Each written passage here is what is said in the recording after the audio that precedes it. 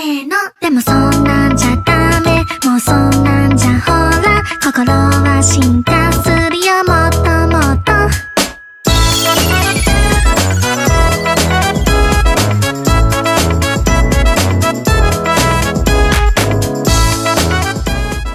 Assalamualaikum warahmatullahi wabarakatuh.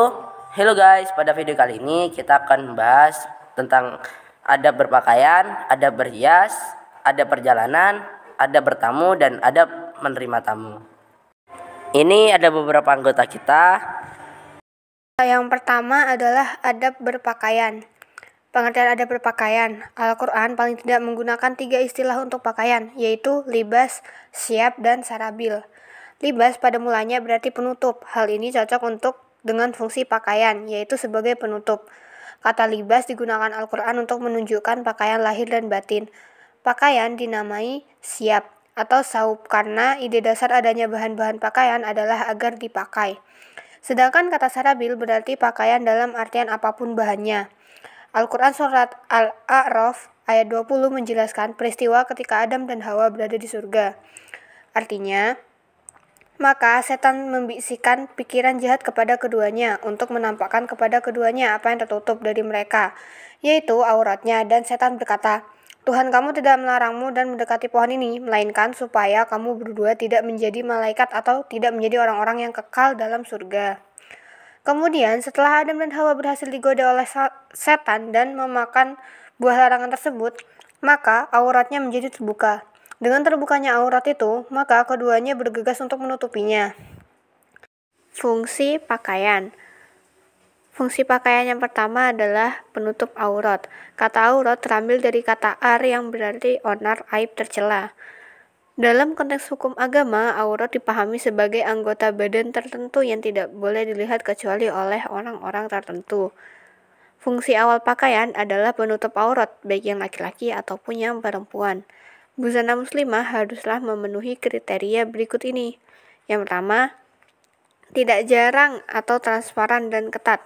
Yang kedua, tidak menyerupai pakaian laki-laki. Yang ketiga, tidak menyerupai busana khusus non-muslim. Yang keempat, pantas dan sederhana. Yang kedua adalah perhiasan.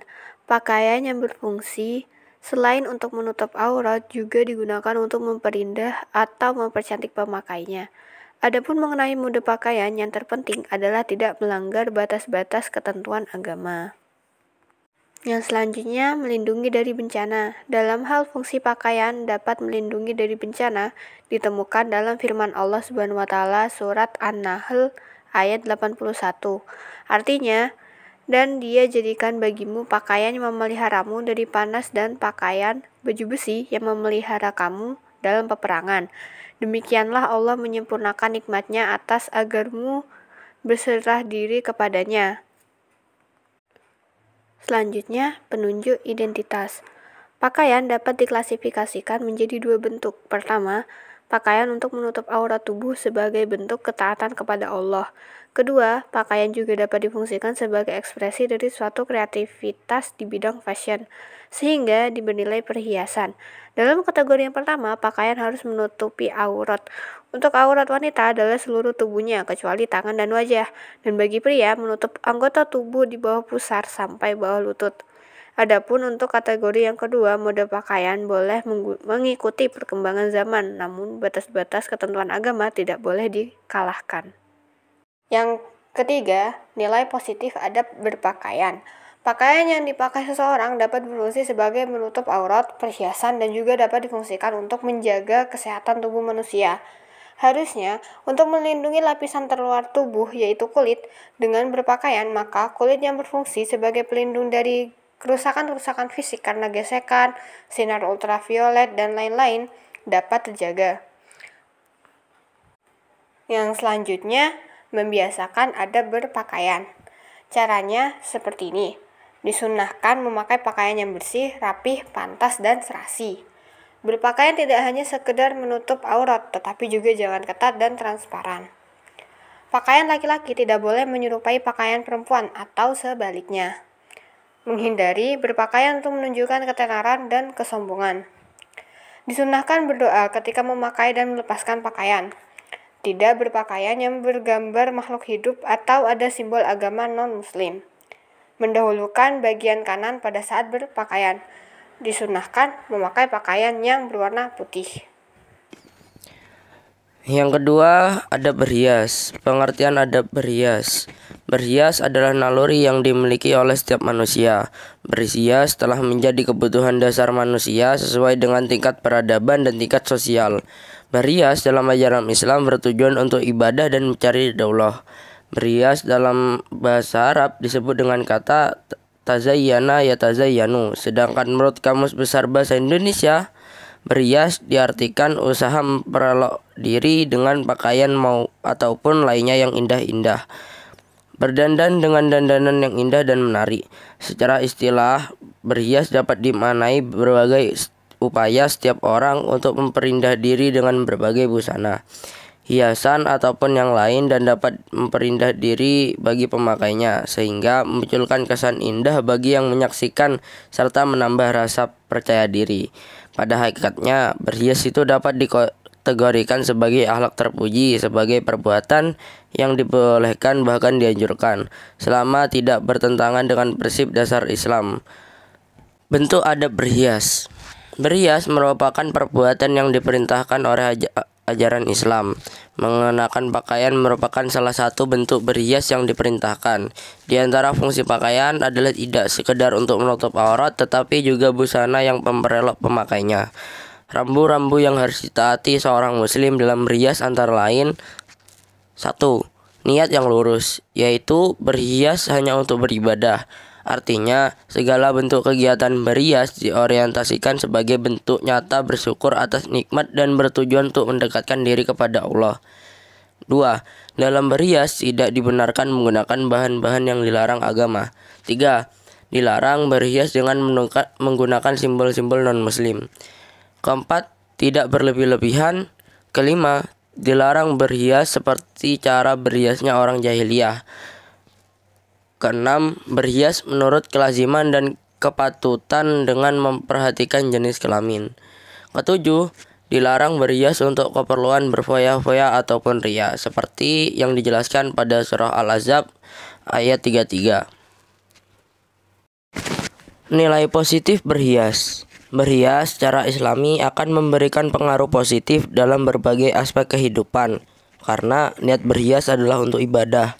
Maka segala aktivitas berhias dilakukan seorang muslim akan menjadi jalan untuk mendapatkan barokah dan pahala dari Allah Subhanahu wa taala. Membiasakan adab berhias dalam pengertian perhiasan tersebut dapat memenuhi hajat tujuan berhias, yaitu mempercantik dan memperelok diri dengan dandanan yang baik dan indah. Islam mengajarkan untuk hidup secara wajar, berpakaian secara wajar, berhias secara lazim. Jangan kurang dan jangan berlebihan. Ada beberapa hal yang diharamkan dalam berhias, yaitu 1. Bagi laki-laki memakai emas dan sutra. 2. Pakaian yang mempertajam bagian tubuh atau pakaian yang ketat. 3. Laki-laki menyerupai wanita ataupun wanita yang menyerupai laki-laki. 4. Pakaian yang berlebihan dan untuk kesombongan. 5. Tato dan mengikir gigi. 6. Menipiskan alis. 7. Menyambung rambut. Karena itu, setiap pribadi muslim haruslah membiasakan diri untuk berpenampilan yang baik, bagus, indah, dan meyakinkan. Tidak menyombongkan diri, tidak angkuh, tetapi tetap sederhana dan penuh kesejahteraan sebagai wujud konsistensi terhadap ajaran Islam. Yang ketiga, adab perjalanan. Pengertian adab perjalanan. Menurut bahasa, perjalanan berasal dari kata rihlah atau safar yang artinya perjalanan, atau perjalanan diartikan sebagai perihal cara berjalan atau berpergian dari suatu tempat menuju tempat lain untuk suatu tujuan. Islam sebagai satu-satunya agama yang mengatur kegiatan manusia dalam melakukan perjalanan, mulai dari masa persiapan perjalanan ketika masih berada di rumah, selanjutnya pada saat dalam perjalanan, dan ketika sudah kembali pulang dari suatu perjalanan. Adapun bentuk-bentuk adab perjalanan sendiri dibagi menjadi 3, yaitu adab sebelum berangkat, adab ketika di perjalanan, dan adab ketika kembali ke perjalanan. Yang pertama, adab sebelum berangkat. Apabila keluar rumah, dimulai dengan pamitan atau minta izin kepada orang tua. Apabila mengadakan perjalanan jauh, maka pamitan kepada para tetangga adalah patut untuk dilakukan. Ketika meninggalkan rumah, seraya berdoa sebagai berikut, yaitu Bismillahirrahmanirrahim, la haula wala quwata illa billah. Adab ketika di perjalanan. Apabila berpergian menggunakan kendaraan, maka segera membaca doa Subhanalladzi sakhkhara lana hada wa ma kunna lahu muqrinina wa inna ila rabbina lamunqalibun. Allahumma inna nas'aluka fi safarina hadzal birra wa taqwa wa minal amali ma tarda. Artinya, Maha Suci Allah yang telah menundukkan untuk kami kendaraan ini, padahal kami sebelumnya tidak mempunyai kemampuan untuk melakukannya. Dan sesungguhnya hanya kepada Rabb kami akan kembali. Ya Allah, sesungguhnya kami memohon kepadamu kebaikan, takwa, dan amal yang Engkau ridhai dalam perjalanan kami. Apabila sudah sampai tempat tujuan, maka hendaklah mengucapkan doa sebagai berikut. Allahumma inni as'aluka khairaha wa khaira ahliha wa khaira ma fiha wa a'udzu bika min syarriha wa syarri ahliha wa syarri ma fiha. Yang artinya, ya Allah, saya mohon kepadamu kebaikan negeri ini dan kebaikan penduduknya serta kebaikan yang ada di dalamnya. Saya berlindung kepadamu dari kejahatan negeri ini dan kejahatan penduduknya serta kejahatan yang ada di dalamnya. Ketika dalam perjalanan melihat sesuatu yang indah, misalnya pemandangan atau hasil pembangunan yang mencengangkan, maka hendaklah mengucapkan Subhanallah. Apabila berjalan kaki, maka ada beberapa hal yang harus diperhatikan dalam menjaga akhlak perjalanan, yaitu 1. Berjalan di sebelah kiri, menyesuaikan aturan negeri yang bersangkutan. 2. Jangan kejar-kejaran di jalan, berteriak dan sejenisnya. 3. Apabila berjalan kelompok, jangan mengganggu atau menghalangi pengguna jalan yang lain. 4. Jika menemukan benda-benda berbahaya, misalnya paku, pecahan kaca, hendaklah diambil dan dibuang di tempat sampah. 5. Jika ada trotoar, maka berjalan di trotoar. 6. Jika hendak menyeberang jalan, hendaklah menyeberang di tempat-tempat penyeberangan seperti zebra cross dan jembatan penyeberangan. Adab ketika kembali ke perjalanan. Sebagai ungkapan rasa syukur atas keselamatan selama perjalanan, maka sesampainya di rumah, hendaklah segera mengucapkan hamdalah, sujud syukur, dan sholat sunnah. Nilai positif adab perjalanan. Imam Al-Ghazali berpendapat, bersafarlah karena dalam safar itu sesungguhnya memiliki keuntungan. Keuntungan safar diantaranya 1. Safar dapat menghibur diri dari kesedihan. 2. Safar menjadi sarana bagi orang yang mencari hasil atau usaha. 3.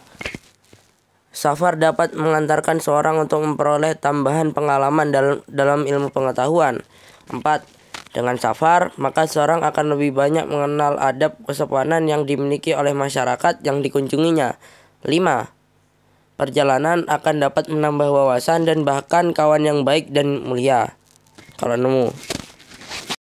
Yang keempat adalah adab bertamu. Pengertian adab bertamu. Manusia adalah makhluk sosial, maka interaksi antar sesama manusia adalah sunatullah, sehingga kebiasaan bertamu sudah dilakukan oleh masyarakat sejak zaman tradisional sampai dengan sekarang ini. Dalam pergaulan sehari-hari, istilah bertamu sering disemakan dengan istilah silaturahim. Allah memberikan petunjuk adab bertamu pada surat An-Nur ayat 27. Menurut Rasulullah SAW, meminta izin maksimal boleh dilakukan 3 kali. Apabila tidak ada jawaban, seharusnya yang akan bertemu kembali pulang. Jangan sekali-kali masuk rumah orang lain tanpa izin, karena di samping tidak menyenangkan, bahkan mengganggu tuan rumah juga dapat berakibat negatif kepada tamu itu sendiri. Nilai positif adab bertamu. Bertamu secara baik dapat menumbuhkan sikap toleran terhadap orang lain dan menjauhkan sikap paksaan, tekanan, intimidasi, dan lain-lain. Juga dapat dijadikan sebagai sarana untuk menjalin komunikasi di suatu daerah yang terjadi konflik.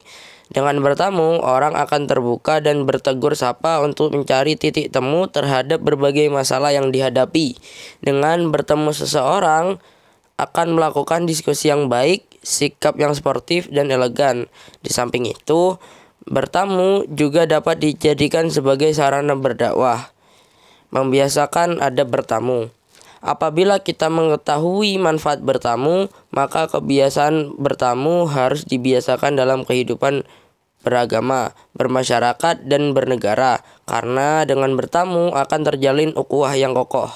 Dalam hal ini, bertamu tidak hanya menyangkut hubungan antar individu, tetapi juga antar individu dengan masyarakat atau bahkan antar masyarakat. Nah, untuk yang terakhir yaitu adab menerima tamu. Pengertian adab menerima tamu. Menurut KBBI, menerima tamu diartikan kedatangan orang yang bertamu melewat atau berkunjung. Secara istilah, menerima tamu dimaknai menyambut tamu dengan berbagai cara penyambutan yang lazim atau wajar, dilakukan menurut adat ataupun agama dengan maksud untuk menyenangkan, memuliakan tamu atas dasar keyakinan untuk mendapatkan rahmat ridho dari Allah. Setiap muslim hukumnya wajib untuk memuliakan tamunya tanpa memandang siapapun orang yang bertamu dan apapun tujuannya dalam bertamu. Cara memuliakan tamu. Di antara cara untuk memuliakan tamu adalah dengan menyambut kedatangannya dengan muka manis dan tutur kata yang lemah lembut, mempersilahkan duduk di tempat yang baik. Kalau perlu, disediakan ruang khusus untuk menerima tamu yang selalu dijaga kerapian dan keasriannya. Menurut Imam Malik, yang dimaksud dengan jaizah sehari semalam adalah memuliakan dan menjamu tamu pada hari pertama dengan hidangan yang istimewa dan dari hidangan yang biasa dimakan tuan rumah sehari-hari. Sedangkan hari kedua dan hari ketiga dijamu dengan hidangan biasa sehari-hari. Hal-hal yang perlu diperhatikan jika ada tamu. 1. Berpakaian sopan. 2. Terimalah tamu dengan sopan santun dan ramah tamah. 3. Jawablah salam dengan ucapan Waalaikumsalam bila memberi salam. 4. Tunjukkan wajah yang berseri-seri tanpa membedakan siapa tamu yang hadir. 5. Wanita yang sendirian di rumah dilarang menerima tamu laki-laki. 6. Persilahkan masuk dan duduk. 7. Suguhilah hidangan dan minuman. 8. Apabila tamu tersebut ingin ketemu orang tua kita, maka segera beritahulah orang tua kita. 9. Ajaklah ia bicara dengan penuh kehangatan dan keakraban. 10. Jawablah salam apabila tamu mengucapkan salam untuk pamit pulang. 11. Antarkanlah tamu sampai depan rumah ketika pulang. Biasakan adab menerima tamu. Agar menerima tamu dengan sukacita sebagai tuan rumah harus berpikir husnuzon dan menjauhi pikiran suuzon. Dan sebagai tuan rumah harus sabar dalam menyambut tamu apapun keadaannya, meskipun terkadang kita sedang ada kesibukan. Mungkin hanya ini saja dari kelompok 4. Mohon maaf jikalau ada salah. Terima kasih sudah mendengarkan sampai sejauh ini. Semoga ilmunya bermanfaat. Wassalamualaikum warahmatullahi wabarakatuh.